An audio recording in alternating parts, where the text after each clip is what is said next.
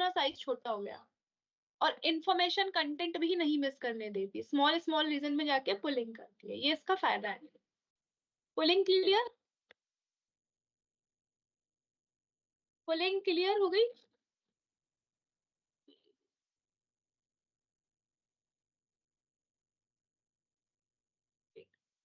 अगली लेयर आपसे आपने देखा कॉन्वोल्यूशन, पुलिंग, और एक चीज अब क्या रह गई इसमें, रेलू। रेलू भी तो समझनी है हमें, रेलू कैसे काम कर रही है।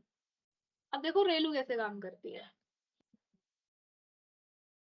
रेलू क्या करती है, जो जीरो नेगेटिव वैल्यूज हैं उनको जीरो बना देती है, नेगेटिव वैल्यूज को क्या कर देती है, जीरो बना देती है। ये एक एक्टिवेशन फंक्शन है जो कॉन्वोल्यूशन में हम यूज करते हैं कॉन्वोल्यूशन लेयर के साथ। पहले कॉन्वोल्यूशन होगा, फिर रेलू होगी, फिर पुलिंग होगी, ऐसे करते हैं हम इसको। तो रेलू का काम क्या है, वो जो एक प्रॉब्लम बताई थी ना लास्ट टाइम, वैनिशिंग ग्रेडियंट, कि जब लर्निंग रेट बहुत छोटा ले लोगे तो एरर जहां पे जीरो आना है वो वाली प्रॉब्लम, वो पॉइंट मिस हो जाएगा, था ना लास्ट टाइम, कि जहां पे एरो को जीरो होना था वो पॉइंट मिस हो जाएगा। ये उसको डिसॉल्व करने में, उसको सॉल्व करने में रेलू का बहुत बड़ा यूज होता है, वहां पे हम रेलू को यूज करते हैं। ठीक है, तो रेलू का मेन काम क्या है, पॉइंटर आ जाए ना, रेलू का काम क्या है, नेगेटिव वैल्यूज को जीरो बनाना। इससे हमारा नेटवर्क थोड़ा जल्दी सीख लेता है, ये नॉन लीनियरिटीज को इंट्रोड्यूस कर देती है, डायमेंशंस ऐड कर देती है। Okay, clear?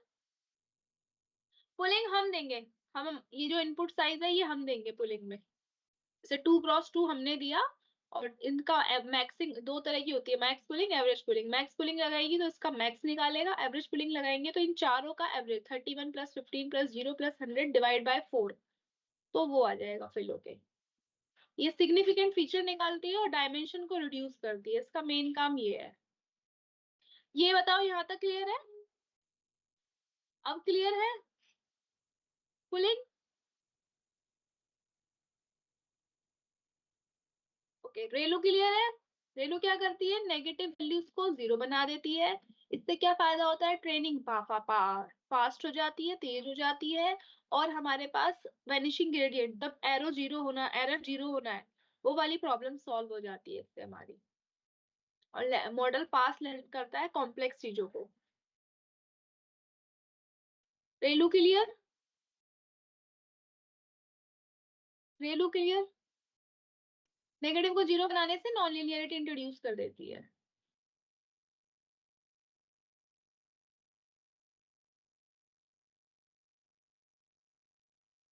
क्लियर? तो चलो आगे चलते हैं, अब थोड़ा सा स्पीड, ये पिछली क्लास का है, याद करो, ये पिछले देखा था ना। अब क्या करेगा, रेलू के बाद, रेलू को हिंदी में बोलते हैं, रेलू ही बोलते हैं, करणीय समारोह। हिंदी वाले देख लो, तो जो हिंदी में प्रॉब्लम होती है तो। वर्किंग प्रिंसिपल क्या है, फॉरवर्ड प्रोपोगेशन, इनपुट जाएंगे, लेयर्स में फीड होंगे, और जब इन लेयर्स को हमें शॉर्ट फॉर्म में दिखाना हो ना, तो याद करना हमेशा ऐसे ही दिखाएंगे, ऐसे ही, इसीलिए ऐसे दिखाया है इसको। इनपुट जाएंगे, सारा कॉन्वोल्यूशन वगैरह सारे ऑपरेशन परफॉर्म होंगे, आगे की तरफ जाएगा, फिर प्रिडिक्शन बनाएगा। प्रिडिक्शन बनाने के बाद क्या निकालेगा, लॉस। लॉस निकाल के कैसे निकालेगा, ट्रू वैल्यू को और एक्चुअल वैल्यू को माइनस करके लॉस निकालेगा। लॉस निकालने के बाद पता चलेगा लॉस बहुत ज्यादा है, तो लॉस को इम्प्रूव करना है। फिर उस लॉस को इम्प्रूव करने का काम कौन करेगा, ऑप्टिमाइजर। कैसे इंप्रूव करेगा, वेट्स और बायस को अपडेट करके, फिर नए वेट आएंगे और नए वेट इसमें जाके इनपुट होंगे, और ये पूरा प्रोसेस क्या बनता है, एक इपॉक, एक इटरेशन। यही पढ़ा था ना लास्ट टाइम हमने। तो हमें क्या चाहिए, हमें ऐसा चाहिए कि जब ये लेयर्स में आगे इंफॉर्मेशन जा रही है, माइंड मैप कैसे आगे का चलना है हमें, यहाँ तक बन गया, लेयर्स वेयर्स का काम समझ में आ गया। अब क्या करना है, और लॉस फंक्शन और ऑप्टिमाइजर को एक्टिवेट करना है, कि जब आगे चला लॉस कैलकुलेट हुआ, लॉस कैलकुलेट होने के बाद हमारा काम क्या है, इस पॉइंट पे आना, कि जहाँ पे लॉस बिल्कुल जीरो हो। क्या काम है हमारा, लॉस जहाँ पे जीरो हो, इस पॉइंट पे आना है हमें, तो उस वेट को ढूंढना है। तो ये काम कौन करेगा, लॉस फंक्शन। कौन एक्टिवेट होगा, लॉस फंक्शन और ऑप्टिमाइजर। क्लियर हो रहा है?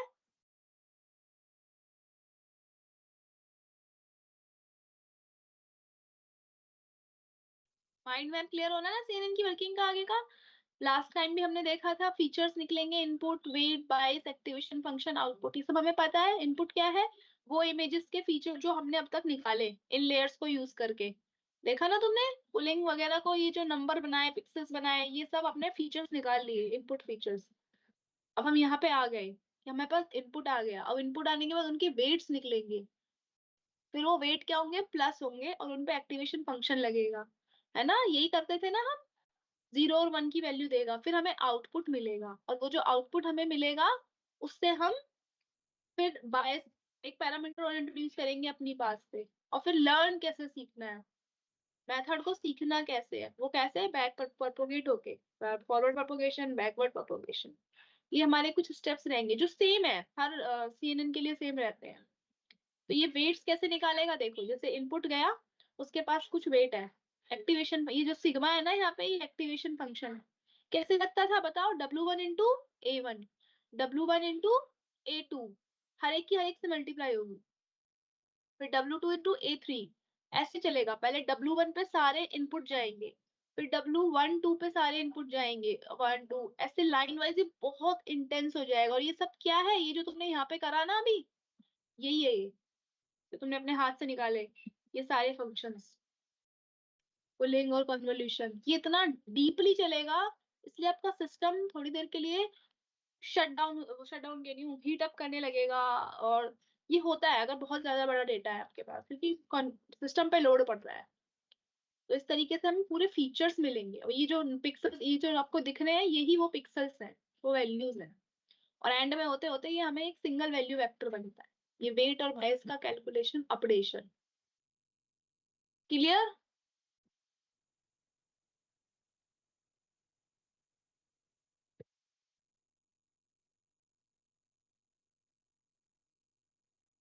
इनपुट देंगे, कैलकुलेशंस होंगी यहाँ पे वेट और बायस की। वो कैसे होंगी? फॉरवर्ड प्रोपोगेशन से प्रिडिक्शंस बन के आएंगी, उसको माइनस करके देखेंगे कितना डिफरेंस आया है, वो लॉस होगा। और जब लॉस मिलेगा तो दो चीजें और एक्टिवेट होंगी, वो होंगी आपका लॉस फंक्शन और ऑप्टिमाइजर। ये माइंड मैप है। अब ये माइंड मैप को क्लियर करने के लिए क्या कैलकुलेट करना है? वेट और बायस। वेट और बायस कैलकुलेट करने के लिए हमें क्या चाहिए? वेट ऐसा चाहिए जहाँ पे एरर 0 आए, लॉस फंक्शन 0 आए, मिनिमम आए, 0 तो नहीं आएगा, मिनिमम आएगा। तो वो तरीका क्या होगा? ये कि इनपुट्स जा रहे हैं, वेट्स आ रहे हैं हर लेयर में अलग अलग, और वो सारे लेयर्स से मल्टीप्लाई होगी। ये इक्वेशन पहले भी सीखी थी परसेप्ट्रॉन की, सेम इक्वेशन यहाँ पे लगा देते हैं। और हमें ऐसे वेट्स और बायस मिलेंगे। वेट्स और बायस कैसे मिलेंगे? जो आपने भी कैलकुलेट खुद से किए ना हाथ से, वही वेट और बायस है, ये वाले जो काम आपने किया। ठीक है। अब कैलकुलेट हो गए, आउटपुट कैसे बनेगा? सॉफ्ट मैक्स बच्चे पूछ रहे थे। सॉफ्ट मैक्स क्या है? सॉफ्ट मैक्स एक एक्टिवेशन फंक्शन है जो आउटपुट लेयर पे लगता है। आउटपुट लेयर पे लगने के बाद ये क्या करता है? एक प्रोबेबिलिटी बना के देता है। आउटपुट लेयर में क्या आएगा? एक वेक्टर, ऐसा। उस वेक्टर से हमें क्या बना के देगा? ये प्रोबेबिलिटी, कि इतनी वैल्यू है तो 0.2 चांसेस है, 90% चांस है। तो इस केस में जिसकी प्रोबेबिलिटी सबसे ज्यादा होगी वो आउटपुट हो जाएगा। जैसे ये कैंसर प्रिडिक्शन का एग्जांपल है। आउटपुट ने हमें ये आउटपुट वेक्टर हमारा ऐसा बना, Z1 Z2 Z3 Z4, 4 values थी, इसमें 4 फीचर्स थे मान लो। तो देखो सबसे ज्यादा वैल्यू किसकी आ रही है? 3.8 की। 3.8 की प्रोबेबिलिटी कैसे इस इक्वेशन से, मैथ की इस इक्वेशन से ऐसे निकाल के देगा कि ये इस टाइप का कैंसर हो सकता है meningioma. Okay. Softmax clear? Softmax कहाँ पे लगेगा? एंड पे लगेगा।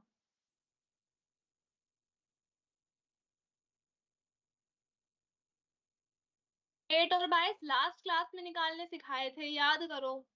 कि इनपुट की मल्टीप्लाई करोगे वेट से, और उसमें बायस ऐड कर दोगे। ये पहली लेयर के लिए दिखाया हुआ है, यहाँ पे जो आपने खुद से निकाला है अभी, ये यहाँ से, यही वेट और बायस है। ये जो निकाले हैं ना आपने, यही वेट और बायस है। ये वैल्यूज जैसे जैसे छोटी होती जाएंगी, सिंगल वेक्टर बन जाएंगी। आउटपुट एंड पे कौन सा फंक्शन लगाते हैं हम? Soft max. आउटपुट लेयर से इनपुट जाएगी, ये वाली मैथ की इक्वेशन लगेगी, वो प्रोबेबिलिटी बना के देगा, जिसकी सबसे ज्यादा प्रोबेबिलिटी वो वाली क्लास। जिसका एग्जांपल एक ये रहा है, कैंसर का क्लासेस थी कुछ 1 2 3 4 क्लासेस।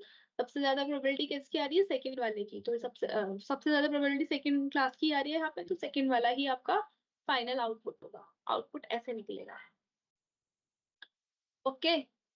और कितने तरह के आउटपुट फंक्शन हो सकते हैं। अगर प्रॉब्लम क्लासिफिकेशन की है, क्लासिफिकेशन में बाइनरी है तो सिग्मॉइड यूज करेंगे, मल्टी क्लास है तो सॉफ्टमैक्स यूज करेंगे, मल्टी क्लेबर है तो भी सिग्मॉइड यूज करेंगे, रिग्रेशन है तो लीनियर। लीनियर कौन सा है? यही जो आपका रेलू है ना, यही आउटपुट में यूज कर देंगे। और अगर बाइनरी की है तो हम सिग्मॉइड यूज करेंगे, और मल्टी की है तो हम सॉफ्टमैक्स यूज करेंगे। ठीक है।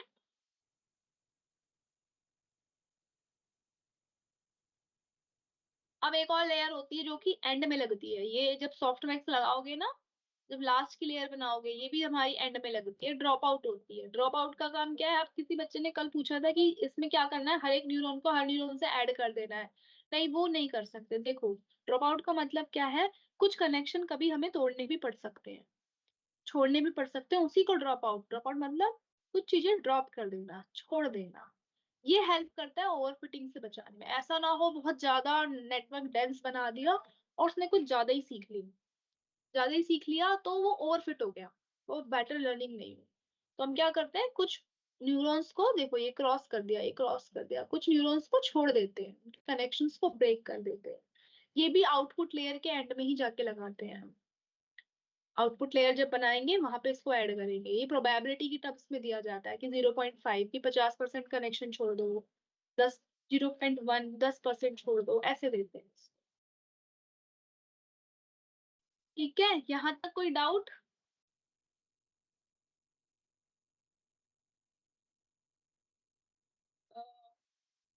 क्या डाउट है, बोलो।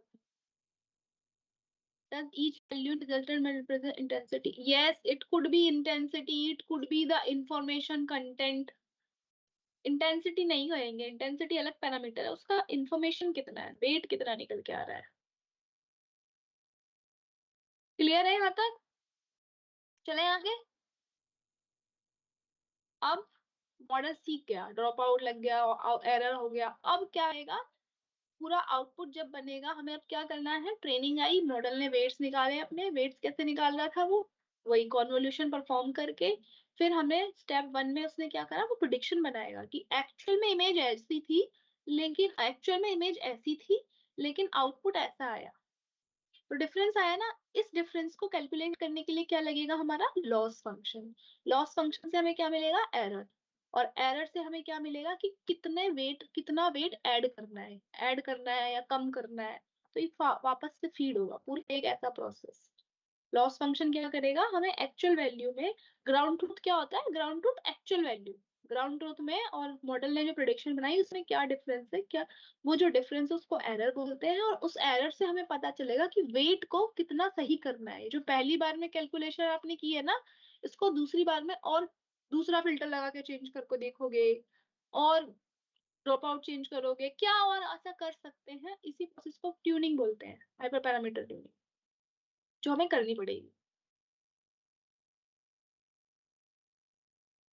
क्लियर, एरर कैसे कैलकुलेशन का काम।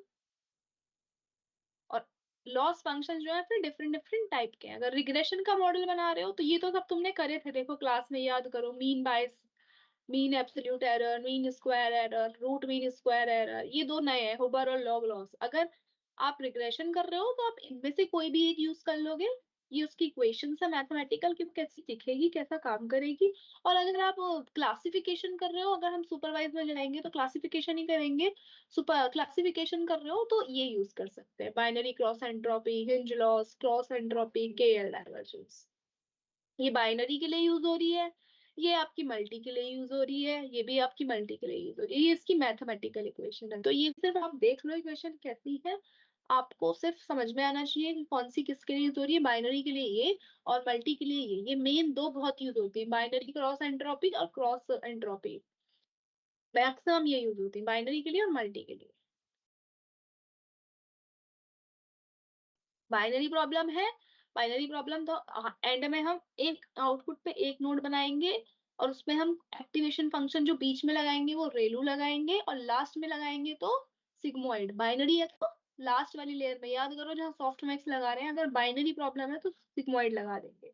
और लॉस फंक्शन कौन सा यूज करेंगे, जब बाइनरी क्रॉस एंट्रोपी। ये पूरा सार हो गया कि अगर प्रॉब्लम बाइनरी है और हमने आउटपुट पे कितनी नोड बनानी है उस वक्त, एक बनानी है, और वो एक ही बता देगी कि क्या है, क्लास 1 है या क्लास 2 है। बीच में जो है हिडन लेयर्स यूज करेंगे वो रेलू हो जाएंगी, और लास्ट लेयर में सिग्मॉइड। मल्टी क्लास है, मल्टी क्लास का लेवल है, तो आउटपुट पे कितनी, अगर 5 इनपुट पे थी तो आउटपुट पे भी 5 होनी चाहिए। Same multi class multi level है, तो इनपुट पे अगर 5 थी तो आउटपुट पे भी 5 होनी चाहिए। बीच में रेलू ही यूज करेंगे, मल्टी क्लास के लिए सॉफ्ट मैक्स यूज करेंगे। और लॉस फंक्शन कौन कौन से हो सकते हैं, कैटेगोरिकल, स्पार्स कैटेगोरिकल, ये नाम है, इनका पूरा मैथमेटिकल जाओ तो वो एक अलग ही स्टडी है, ये इक्वेशंस है इनकी। और आपको सिर्फ ये करना है, कोड में इनका नाम पास करना है, बट पता होना चाहिए कि लॉस फंक्शन क्या होता है, उसका यूज कब कैसे करते हैं। तो उस चीज के लिए हमें पता चल गया, अगर बाइनरी है तो सिग्मॉइड, मल्टी है तो सॉफ्टमैक्स। क्लियर यहाँ तक? ड्रॉप आउट एक टेक्निक है ओवरफिटिंग को रिमूव करने की, जिसको प्रोबेबिलिटी की टर्म्स में देते हैं, कुछ कनेक्शन को छोड़ देते हैं, सारी लेयर्स एक दूसरे से कनेक्ट ना हो, एंड में कुछ छोड़ देते हैं। ठीक है, फिर क्या है, ऑप्टिमाइजेशन क्या होता है सीएनए में। अभी तक जो तुमने देखा, लॉस निकल गया, लॉस निकलने के बाद उसने बताया ना कि कितना वेट को इम्प्रूव करना है, तो ऑप्टिमाइजेशन क्या है, वेट्स जो आए, इनपुट ने फीड फॉरवर्ड किया, एस्टिमेट आउटपुट आया, कंपेयर करके एरर निकला, उस एरर को किससे अपडेट करना है, किस प्रोसेस से, जो लॉस फंक्शन ने एरर निकाल के दिया, ऑप्टिमाइजर से। और उसका काम क्या है कि उसको सब ग्रेडियंट डिसेंट यूज करके सबसे लो वाली वैल्यू पे जाना है। इसमें देखो सबसे लो ये है कि ये है, ये कि जहाँ पे एरर सबसे जीरो से जीरो हो, उसको वहां पे जाके काम करना है, ये क्या है, ये ऑप्टिमाइजेशन है। लोकल ग्लोबल मिनिमा पे जाना है। इस प्रोसेस को किससे यूज किया जाता है, ऑप्टिमाइजेशन से, ऑप्टिमाइजेशन एल्गोरिथम। वो कैसे होगा, input data, output, loss function, loss निकालेगा, फिर ऑप्टिमाइजर अपडेट हो जाएगा।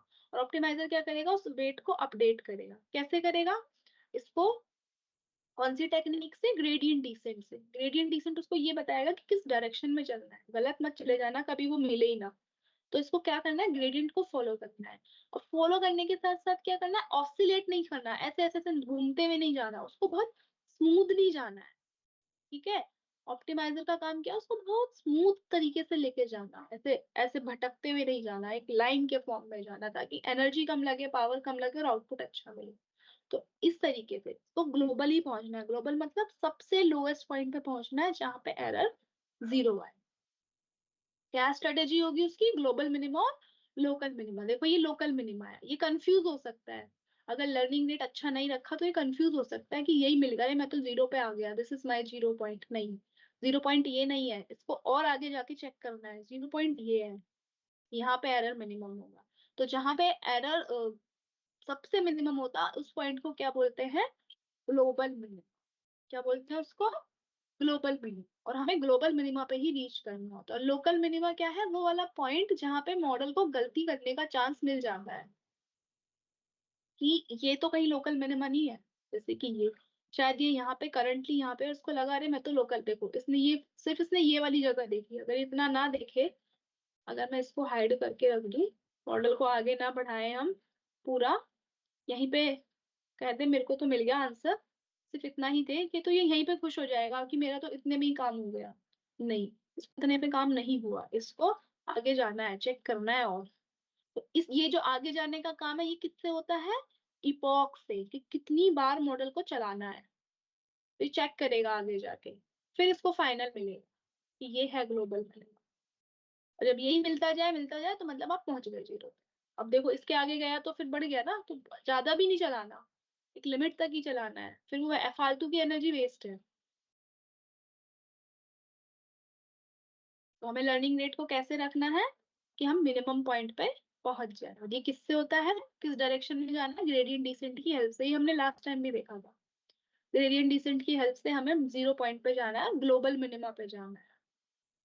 यहाँ तक क्लियर?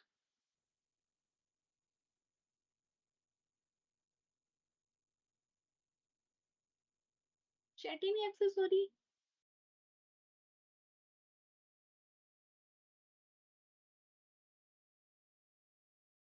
क्लियर यहाँ तक? डिफरेंट डिफरेंट टास्क के लिए डिफरेंट डिफरेंट एक्टिवेशन फंक्शन होते हैं। अगर मल्टी है तो हम सॉफ्टमैक्स यूज करेंगे, बाइनरी है तो सिग्मॉइड, इसलिए अलग है। ठीक है। अब देखो जो मैंने तुम्हें कॉन्सेप्ट बताया था ना कि इसको कैसे जाना है, ऐसे डांस करते हुए नहीं जाना, इसको बहुत एकदम स्मूथली जाना है। तो ये काम जो जो अचीव किया जाता है वो मोमेंटम से किया जाता है। मोमेंटम एक टेक्निक है जो ग्रेडियंट डिसेंट को ये बताती है, ऑप्टिमाइजर को ये बताती है कि भाई तुम्हें ऐसे डांस करते हुए नहीं चलना, ग्रेडियंट डिसेंट में ऐसे थोड़ा स्मूथली चलना है ताकि मेहनत कम लगे और जल्दी पहुंच जाओ। देखो ये जब ऐसे ऐसे ऐसे चला तो इसको टाइम भी ज्यादा लगा, मेहनत भी ज्यादा हुई।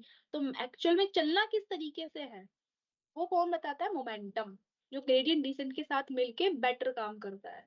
जब खाली ग्रेडियंट डिसेंट था तो ये ऐसे था, लेकिन जब वो ग्रेडियंट डिसेंट के साथ मोमेंटम मिल जाएगा तो ये थोड़ा स्मूथली चलेगा। ओके, क्लियर हो रही है चीजें?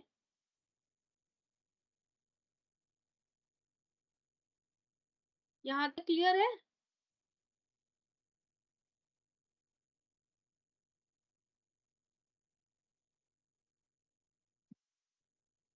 इसको हिंदी में बोलते हैं संवेग की, संवेग। ओके। कितने तरीके के होते हैं अब ये जो आपके ऑप्टिमाइजर है, ये सारा फंक्शन कौन करेगा, कैसे चलना है, किस डायरेक्शन में चलना है? Optimizer. Batch gradient descent, stochastic gradient descent, mini batch, momentum, Adagrad, RMSprop और एडम। इसमें अगर मैं आपको बोलूं तो सबसे बेस्ट एडम है, सबसे बेस्ट एडम है। इसमें ये सारी टेक्निक हो जाती है कि इसको स्मूथ भी चलता है, स्पीड भी सही रहती है और लर्निंग रेट का भी इशू नहीं होता। तो हम ऐसा एडम देखेंगे कि एडम कैसे काम, देखो ये मैं लास्ट टाइम भी दिखाया था आपको। बाकी देखो कोई बहुत जल्दी पहुंच गया, कोई बहुत स्लो आ रहा है, कोई थोड़ा सा बहुत ही एकदम से गिर गया, तो हमें ऐसे भी नहीं जाना, हमें एक स्मूथली जाना है। तो जो ब्लैक वाला है ना, ये है आपका एडम, जो ब्लैक वाला पॉइंट है। तो एडम का फुल एडम क्या है? एक ऑप्टिमाइजर, उसका नाम है adaptive moment estimation. Full form अगर आप देखोगे तो अडेप्टिव मोमेंट एस्टिमेशन, इसका एक बहुत पॉपुलर टेक्निक है और नाउ अब तक की बेस्ट टेक्निक है जो हम इसको यूज करते हैं। इसने मोमेंटम, लर्निंग रेट का एडजस्ट, अब ये बहुत बेटर कर लेता है, इसकी स्पीड फास्ट होती है, मेमोरी कम लगती है, इसलिए हम एडम यूज करते हैं। ठीक है, ये पुरानी क्लास का है सब कुछ। अब नया टॉपिक जो है सीखने का वो है हाइपर पैरामीटर्स। हाइपर पैरामीटर्स क्या है? ये जो आपने अब तक जितनी भी चीजें सीखी, sigmoid function, hyper parameter, law, sorry, Adam, loss function कितने तरीके के होते हैं, कैसे आपको लर्निंग रेट बढ़ाना है, कितनी इपॉक्स रखनी है, ये सब क्या है? Hyper parameters.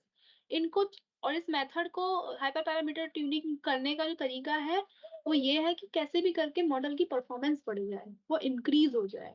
तो इनको चेंज करते हैं, उस मेथड को बोलते हैं हिट एंड ट्रायल। अब बार बार चेंज करके देखते हैं, जब सबसे बेस्ट आने लग जाता है वो हमारा बेस्ट मॉडल हो जाता है। ठीक है। तो डेटा जाएगा, इंफॉर्मेशन ब्रेक होगी, ट्रेनिंग में और टेस्टिंग में मॉडल ट्रेन होगा।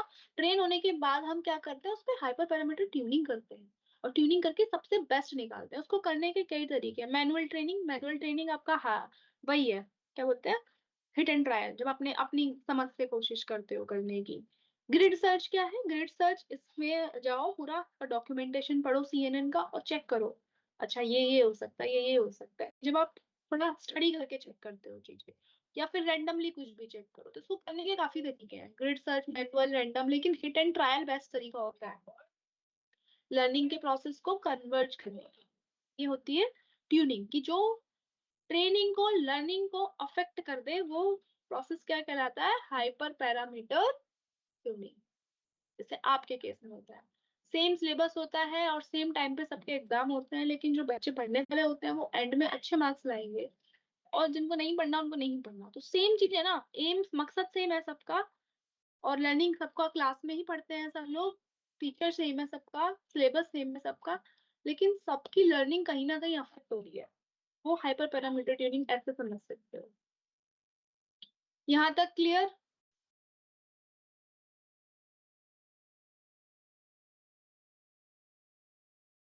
कोई डाउट है यहाँ तक आपको? हिंदी में भी उसको यही बोलते हैं, हाइपर पैरामीटर ट्यूनिंग। वो इंपॉर्टेंट पैरामीटर जो आपकी लर्निंग को चेंज कर दे। देखो लर्निंग रेट की कितनी इंपॉर्टेंस है, अगर बहुत स्लो होगा, बहुत ही स्लो होगा तो टाइम में ज्यादा लगेगा आपका, और बहुत ज्यादा हो गया तो देखो मिसिंग पॉइंट ही मिस हो गया, इसको यहाँ पे आना था ना जीरो के लिए, पॉइंट ही नहीं मिला। तो हमें जस्ट राइट एक बेटर चॉइस का लर्निंग रेट रखना होता है। ये एक हाइपर पैरामीटर है, लर्निंग रेट, इपॉक, कौन सा ऑप्टिमाइजर यूज करना है, कौन सा लॉस फंक्शन यूज करना है, ये सब आपके हाइपर पैरामीटर्स ही हैं। ठीक है, कर्नल साइज क्या रखना है, 3x3 का रखना है, 2x2 का रखना है। और देखो एक्टिवेशन फंक्शन, ये भी सारे हाइपर पैरामीटर्स की थोड़ी सी स्टडी है, क्या कौन सा क्या कर रहा है, ये आपने ऑलरेडी देख लिया। वैसे एक्टिवेशन फंक्शन देखा ना सबने, रेलू रखना है या फिर सिग्मॉइड रखना है, जो नॉन लीनियरिटी इंट्रोड्यूस करेगा वो हाइपर पैरामीटर। बैच साइज वो होगा कि एक बार में कितनी इमेजेस पे काम होगा। सो इसको ऐसे रखते हैं 8 के मल्टीपल्स में, 4, 8, 16, 32, 64, 128, एक टाइम पे कितनी इमेज पे काम होगा। ड्रॉप आउट क्या है, ड्रॉप आउट एक टेक्निक है जो प्रोबेबिलिटी की टर्म्स में कनेक्शन छोड़ने के लिए यूज होती है। एंड में लगाते हैं हम आउटपुट लेयर के पास कि 50% कनेक्शन तोड़ दो, कहीं ओवरफिटिंग ना हो जाए। कर्नल साइज आपने देखा, कर्नल क्या है, वो फिल्टर कि 2D फिल्टर है जो कितनी बार कन्वोल्यूशन करेगा, कैसे करेगा, इस तरीके से हॉरिजॉन्टली, वर्टिकली, डायगनली, कैसे भी कर सकता है। स्ट्राइड क्या है, वो जंप जो आप दे रहे थे। नंबर ऑफ फिल्टर्स क्या है, कर्नल साइज का डायमेंशन कितने बार देना है, एक बार, दो बार, ये ऐसे, ये भी 4 के मल्टीपल में देते हाँ 4 के मल्टीपल में देते हो आप, 8, 16, 20, 16, 32 ऐसे, 8 और 4 के। इपॉक्स कितनी बार चलाना है मॉडल, लर्निंग रेट कितना रखना है, कितनी बार चलाना है, 10, 15, 20, 100, 1000, लर्निंग रेट कितनी वैल्यू रखनी है, 0.1, 0.2। मोमेंटम क्या है, ये भी एक न्यूमेरिकल वैल्यू है जो आपको वो बता रहा था कि आपको कैसे चलना है, ये मोमेंटम, ये भी एक न्यूमेरिकल वैल्यू है। ठीक है, ऑप्टिमाइजर कौन सा यूज करना है, Adam, gradient descent, loss function कौन सा लगाना है आपको, और फिर लास्ट में क्लासिफिकेशन पे कौन सा ऑप्टिवेशन फंक्शन लगाना है आपको। ये हो गए आपके हाइपर पैरामीटर ट्यूनिंग। यहाँ तक कोई डाउट, वैलिडेशन पे पहुंचने तो दो,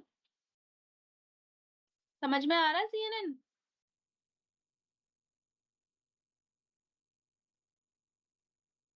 अब इसमें डेटा को कैसे ऑर्गेनाइज करके रखना है, डेटा सेट को ऐसे बना के रखना होता है। 3 फोल्डर बनाने हैं, ट्रेन, वैलिडेशन, टेस्ट। पहले मेन फोल्डर, मान लो हमें लीफ के डेटा पे काम करना है, लीफ डिसीज है हमारे पास, पत्तों में क्या बीमारियां हैं वो देखना है, तो हमने एक डेटा सेट बनाया, उसका नाम हमने ये रखा लीफ डिसीज। फिर उसके अंदर हमने 3 फोल्डर बनाए, टेस्ट, ट्रेन, वैलिडेशन। टेस्ट के अंदर फिर test convolution neural network image processing के लिए यूज होता है। फीचर्स कैसे निकालते हैं, कन्वोल्यूशन ऑपरेशन लगा के और पुलिंग रेलू से। सबसे बेस्ट ऑप्टिमाइजर कौन सा है, एडम। ऑप्टिमाइजर फंक्शंस देखे हमने कैसे कैसे यूज करने हैं हमें, कौन सा हमारे लिए सिग्मा, कौन सा लगा सकते हैं ऑप्टिमाइजेशन, एडम। और वो कैसे काम करता है, एरर को कैलकुलेट करता है, वेट को अपडेट करता है। फिर हमने लॉस फंक्शन देखे जो एक्चुअल वैल्यू में और आउटपुट वैल्यू में डिफरेंस कैलकुलेट करता है। बैक प्रोपोगेशन का प्रोसेस देखा, रियल टाइम में CNN कहाँ यूज होते हैं। फिर हमने एक्यूरेसीज देखी, ट्रू पॉजिटिव क्लासिफिकेशन रिपोर्ट, इसके एडवांटेजेस देखे, और इसका चैलेंज तुम लोग मुझे नेक्स्ट क्लास में बताओगे क्या है। कौन सी लाइब्रेरीज हम यूज कर सकते हैं इसके लिए, ओपन सीवी तो मेन है, एक इमेज को रीड करने के लिए पाइथन का लैंग्वेज का यूज करेंगे, और ये टेंसर फ्लो, केरास, ये नेक्स्ट टाइम इसका पूरा हैंड्स ऑन है तो वो देखोगे। ठीक है, अब मैं आपको एक ना कोड दे रही हूँ, उसको चलाना है, बस इमेज को रीड कैसे करना है वो आपका ये है, इसके लिए है।